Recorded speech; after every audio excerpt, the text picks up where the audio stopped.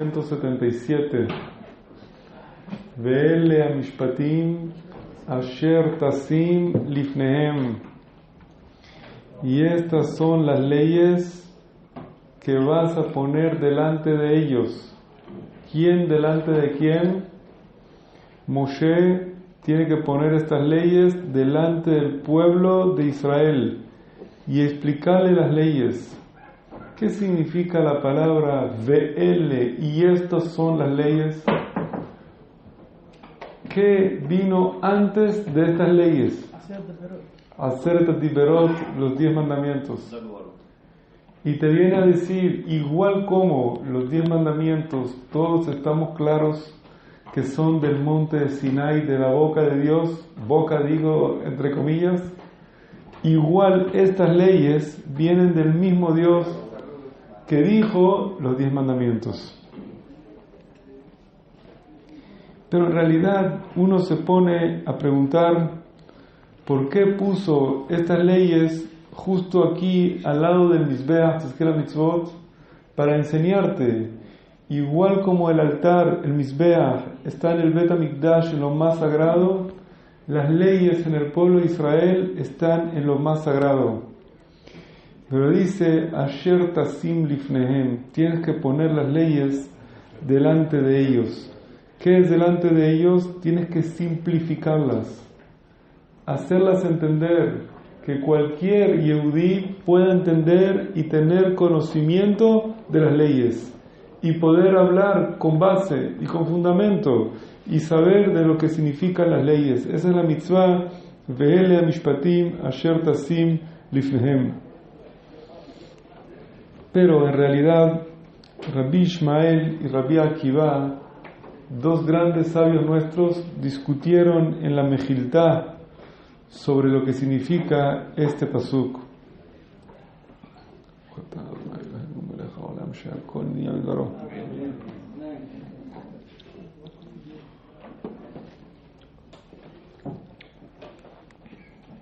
Rabbi Ishmael dijo algo muy interesante. Dice, ¿qué significa ve'ele? Dice, todas las 613 mitzvot también son parte de lo que se le dijo a Moshe en el monte de Sinai en aquel instante y aquel momento. O sea, cuando Moshe bajó, subió al cielo, ¿qué aprendió ahí en el cielo? 613 preceptos. Trajo los 10 mandamientos, vele, y también todo esto que viene ahorita. Esa es la opinión de Rabbi Ishmael.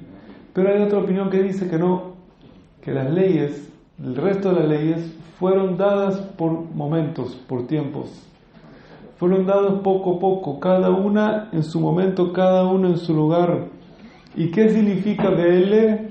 Dice Rabbi Akiva, que estén ordenadas, que Shulchan Aruch Lifnehem, porque en realidad nosotros tenemos ahorita los 5 libros de la Torah, Hamishah Moshe Torah. Estos 5 libros de la Torah, ¿por quién fueron escritos? ¿Todos fueron escritos por Moshe? No, uno, Devarim. Todos Moshe. Todo Moshe. ¿Quién escribió Bereshit bara Elohim et hashamayim et haaretz? Moshe Rabbeinu. ¿Y cómo Moshe sabía si él no había nacido? Dios le dictó. Muy bien, Dios le dictó a Moshe. El problema es con los últimos 8 versículos de la Torah. ¿Qué dicen los 8 versículos de la Torah? Vayamos y murió Moshe. ¿Cómo él escribió su muerte? Hay 2 opiniones. Una opinión es que Hashem se lo dictó y él lo escribió con lágrimas. Escribió su propia muerte. Segunda explicación, que Yoshua escribió los últimos 8 pesukim.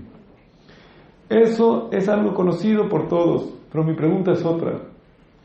Mi pregunta es, vamos a decir toda la Torah menos los 8 versículos que fueron escritas por Moshe. ¿En qué momento se escribió toda la Torah?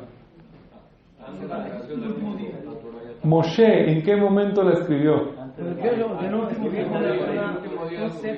¿El último día de su vida escribió Bereshit bara Elohim? Cuando subió al Sinai escribió Bereshit bara Elohim. 40 días que estaba arriba. Como dice el dicho, 2 Yehudim, 3 opiniones. ¿Qué dice aquí? Dice que más que 3. Como dicen que había un señor y una isla, y ve en la isla que hay dos sinagogas, y dice, perdón, 3 sinagogas, y ve que hay un solo judío. Dice, ¿qué haces tú con 3 sinagogas? Dice, esta es la que voy y esta es la que no piso, y la tercera, cuando me peleo en esta voy a la otra. Es broma, el judío no se pelea en la sinagoga.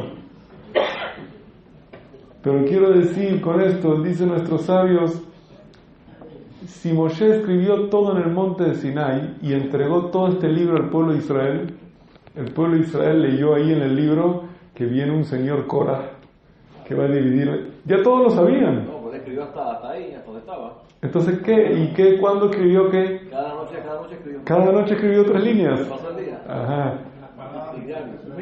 ¿Puedo intervenir? ¿Puedo intervenir? En los últimos días, Dios ordenó a Moshe Rabbeinu escribir 12 libros para entregar un libro para cada jefe. Un libro para hacerlo organizar dentro del Aarón. Yo creo que en ese momento ya todo el pueblo sabía toda la historia. Entonces hay una opinión que dice que en el monte de Sinai ya fueron dados el Sefer Torah completo. Pero Moshe no se lo mostró al público completo hasta que no sucedió todo. Escuchen esta primera opinión. Y según esta opinión, ya Moshe recibió en el monte de Sinai que iba a pasar el becerro de oro, que iba a pasar Korah, que se le iba a tragar la tierra. Todo eso ya estaba dicho, todo. Sin espacio. Dice la Gemara. Los 5 tomos de la Torah fueron dados a Moshe en el monte Sinai. Pero, segunda opinión, dice no. La Torah fue dada perashiyot. ¿Qué significa perashiyot? Desde cada P a cada Samech fue dada en distintas ocasiones a Moshe. De repente en un momento recibía una profecía, 20 versículos lo escribía. Como dijiste tú, de vez en cuando iba recibiendo profecías, iba anotando cosas que ya sucedieron. Pero eso es un misterio, en verdad, entender exactamente cómo fue. No está escrito en el Talmud. Entre los Aharonim hay un libro que analiza eso muy profundamente. Se llama el libro Rokah Merkahat. ¿Escuchaste hablar de ese libro? ¿Alguien escuchó hablar de ese libro? ¿Saben por qué no escuchaban hablar de este libro? Porque nunca fue impreso. Todavía existe en manuscrito. Y ese manuscrito es un manuscrito antiguo y los hajamim no aceptaron imprimir este libro. ¿Por qué no lo quisieron imprimir? Porque adentro tiene muchas preguntas y muchos temas que hablan así, como este tipo de temas, que gente que no es muy conocedora los puede confundir. ¿Por qué, por ejemplo, este tipo de cosas? Entonces, ¿cómo fue dada la Torah? Entonces, ¿sucedió o no sucedió? Confunde a las personas. El que es conocedor lo puede leer. Yo tengo una copia del libro, pero no se publicó, no se consigue en ningún lado.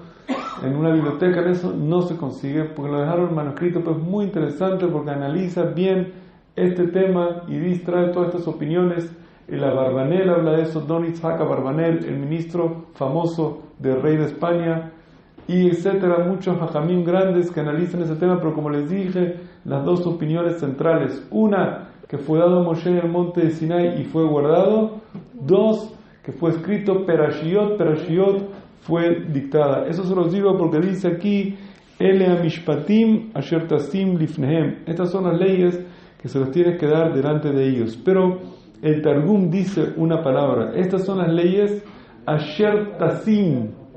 ¿Qué significa la palabra tasim? Poner. ¿Las leyes se enseñan o se ponen? No imponer. Poner o enseñar al pueblo. Debería que decir: estas son las leyes que le vas a enseñar al pueblo de Israel, ya están puestas por Dios. ¿Y qué dice el Targum? Di tesader kodamehon. ¿Qué significa la palabra tesader? Ordenar. Tasim significa ordenar. Uno de los secretos para poder memorizar bien la Torah, tener un orden. ¿Qué es un orden? Por ejemplo, como hacemos nosotros, estudiamos un tratado del Talmud con un orden. Cada día por la página seguimos, pero allá por la página, cuando uno va siguiendo un orden, entonces puede memorizarlo. Hay tanta información que si uno la mezcla toda, se hace una ensalada rusa, dice. ¿Por qué? Por tanta información, pero cuando viene esto con un orden, te saderco da mejor, dice el Targum, entonces la persona puede memorizar.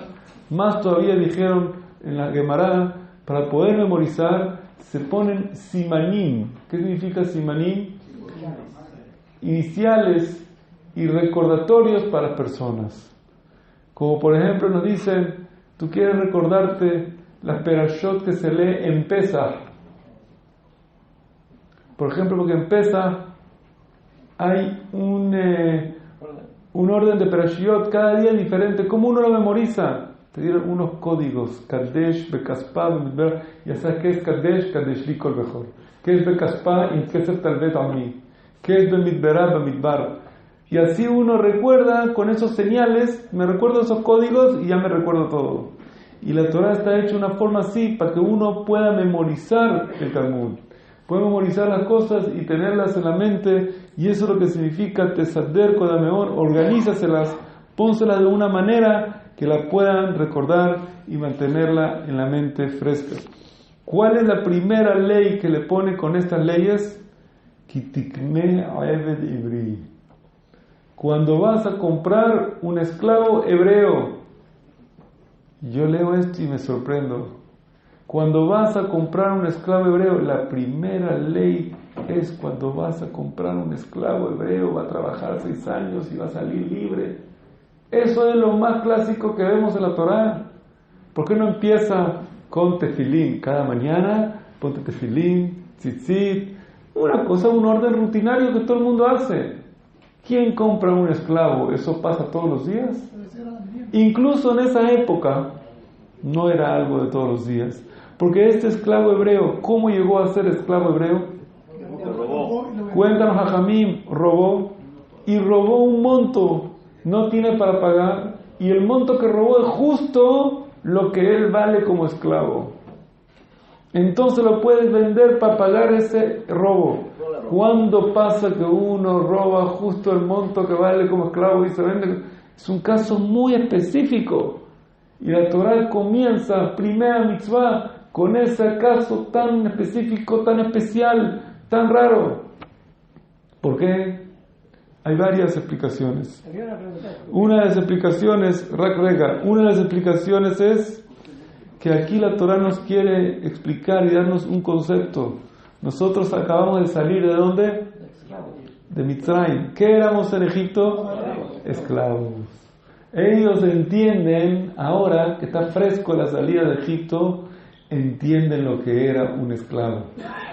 Entienden lo que ellos sufrieron, entienden lo que ellos pasaron, se recuerdan y tienen todo eso bien fresco. Dice Dios, antes que se les olvide, les voy a enseñar cómo tratar al esclavo hebreo. Ustedes pasaron por eso, ustedes tienen todavía ese dolor por dentro. No lo apliquen ustedes a la otra persona que viene. Y esto es una moraleja, una enseñanza, que lo que mejor uno puede captar es lo que uno vio, vivió y sintió. Y por eso aquí la primera mitzvah es el Eved Ivri. La Torah nos dice cómo hay que tratarlo como un rey al esclavo hebreo. Como mencionaba el otro día, si una persona va a comer, él come carne y quiere darle al esclavo comer una pasta, ¿puede o no? No. Si tú comes carne, dale carne también a él. Si yo estoy comiendo, ¿qué? Estoy comiendo un caviar, ¿qué tengo que darle al esclavo? Caviar también. Si yo no le gusta al esclavo, si yo como una comida especial, ofrécesela por lo menos al esclavo. No puede ser él menos que uno. Mira cómo la Torah lo trata. Y más todavía, si tú tienes una cama cómoda de, ¿cómo se llama? King size. ¿Sabes lo que es king size, Musa? Esa buena, sí. ¿Qué tienes que dar al esclavo? King size. Hay una más que king, ¿no? ¿Cómo es? No es la máxima. La máxima king.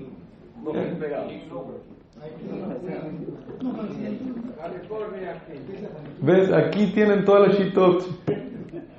Si tú tienes una cama de lujo, dale a él de lujo. Si tú duermes con 3 almohadas, ¿cuántas almohadas tiene que darle al esclavo? No 4, 3. No puedes estar tú más cómodo que él, imagínate tú. Pero él es un esclavo, ¿qué importa? Esclavo es Yehudí, no lo puedes, es suficiente que está trabajando como esclavo para que le hagas también sentir mal. Es una cosa muy interesante la Torá, cómo respeta, nos enseña a respetar a nuestro hermano y tratarlo bien y no hacerlo sentir de menos que uno. Es hasta tal nivel, dice Jajamim, ¿qué pasa si llegó a un hotel o a una situación y tiene una sola almohada? ¿Quién la usa? El jefe. Pero si el jefe la usa, ¿qué pasa? Él va a tener almohada y el esclavo no va a tener almohada. ¿Se puede que yo tenga y él no? No se puede. Entonces, ni yo ni él, ninguno que la use. Es el Midat Sedom, muy bien.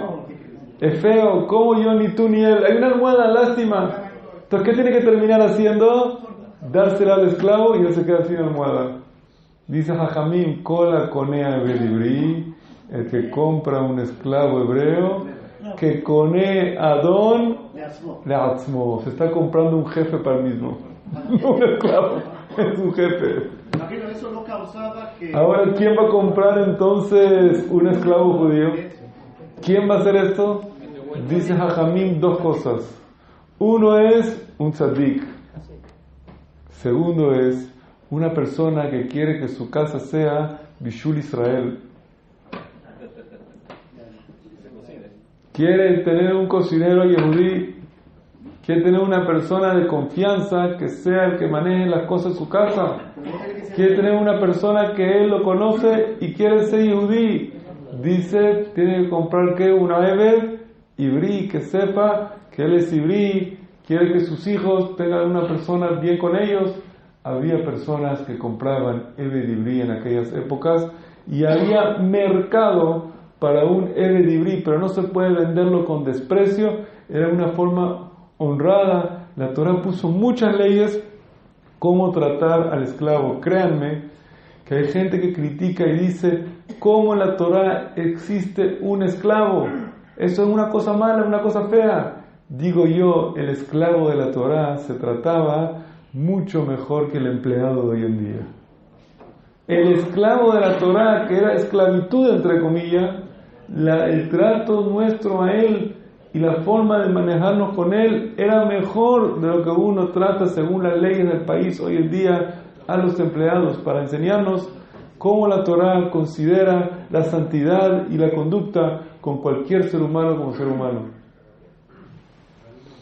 ¿Qué diferencia hay entre un esclavo y un empleado? ¿Qué es un esclavo? Buena pregunta. ¿Quieres saber qué diferencia entre un esclavo y un empleado? Muy sencillo. Un esclavo es Kinyan Aguf. Ya voy a explicar. Un empleado es Kinyan Zman. ¿Qué significa? Un esclavo no le tienes que pagar salario. Tú lo compraste, de aquí en adelante le tienes que dar gasolina, comida. Todo lo que haga automáticamente es para ti. Y él no trabaja por hora o por día, tiene que tener cierta conducta respetuosa como respetar a un ser humano, hasta ahí. Pero cualquier hora, tiene que estar a tu disposición, no puede hacer nada de él personal, todo está encargado de ti, no tiene él una agenda diferente a la tuya. Pero un empleado es una persona normal, independiente, que por ciertas horas, cierto trabajo, ciertas cosas, se comprometió a hacerte a ti. Se terminaban esas horas, se va a su casa y no te conoce. Incluso por esas horas, tú le pagas lo que le pagas, el trato que tienes con él, se terminó. Y en esas horas le puedes dar únicamente lo que tú acordaste con él. Un esclavo le puedes dar de hacer lo que tú quieras. Ya que el esclavo uno puede tratarlo de una forma tan fuerte, la Torah puso tantas leyes para que la conducta sea de una forma respetuosa. Ahora bien, de esta ley del esclavo vemos que Tiknea Ebed Ivri, Sheshanim Ya'abod, 6 años se puede vender, no más. Ubashevit, el 7º año, Yetze el Hofshi Hinam, sale a la libertad gratuitamente. Me enseña aquí la Torá, el esclavo hebreo que uno compró trabaja máximo 6 años, no puede ser más de 6 años, y el 7º año sale a la libertad gratis. No le puedes pedir más dinero, que pague lo que sea para rescatarse, no. El esclavo lo compraste por un tiempo definido, no existe por toda la vida. ¿Cuál es la diferencia? En aquella época, entre las naciones, existía el concepto de esclavitud. Un esclavo era para la eternidad. Y si quería salir, ¿qué tenía que hacer? Rescatarse, pagarle algo. No salía gratis. La Torá puso por primera vez en la humanidad esa ley. No puedes manejar una esclavitud, una persona eterna. Tiene un fin esa esclavitud. Tiene un momento que él puede salir, liberarse sin pagar nada, sin hacer nada. No se puede vender un esclavo más de 6 años. Y este caso que la persona trabaja más de 6 años, la Torá trae muchas leyes, cómo se puede liberar incluso antes de los 6 años. Vamos a ver más adelante todas las leyes, cómo uno puede liberarse antes. Pero también esto es como dice el Midrash, el Perashat Vaigash, Ketz Sam la Hoshech, Hashem da un fin a la situación. Él tuvo que venderse como esclavo por una circunstancia que pasó, eso tiene que tener un fin, hay que darle una fecha de que se termina, no puede seguir toda la vida trabajando como esclavo. Dice el Talmud, este señor se vendió por robar. Hoy en día cuando alguien roba, ¿qué se le hace? Pague. No puede pagar, ¿qué se le hace? La cárcel. ¿Qué hace la cárcel? Tiene amigos, Habrutot, conocidos, amigos ahí, y cada uno le cuenta su experiencia. ¿Qué hiciste tú? No, yo robé un banco. Ah, sí, ¿cómo se roba un banco? Te explico, se va en la noche así, así. Ah, no sabía, qué buena idea. Y el otro, ¿qué hace? ¿Tú qué hiciste? No, yo me metí con no sé qué y hice a una persona y lo maté. Ah, sí, ¿cómo lo mataste? Mira, es así muy sencillo. Y cada uno comparte con el otro todas las avarianut que hicieron. Entonces, si él tenía un concepto, ¿sale con cuánto? Gaón sale. Titulado de genio, de qué aprendió. ¿Qué va a hacer todo el día en la cárcel? Habla con los amigos. Imagínate tú, ¿qué hace la Torá a la persona que robó? Se tiene que vender como esclavo hebreo y con ese dinero paga lo que robó. Si uno lo meten a la cárcel, ¿cómo va a pagar lo que robó? Nunca lo va a poder pagar.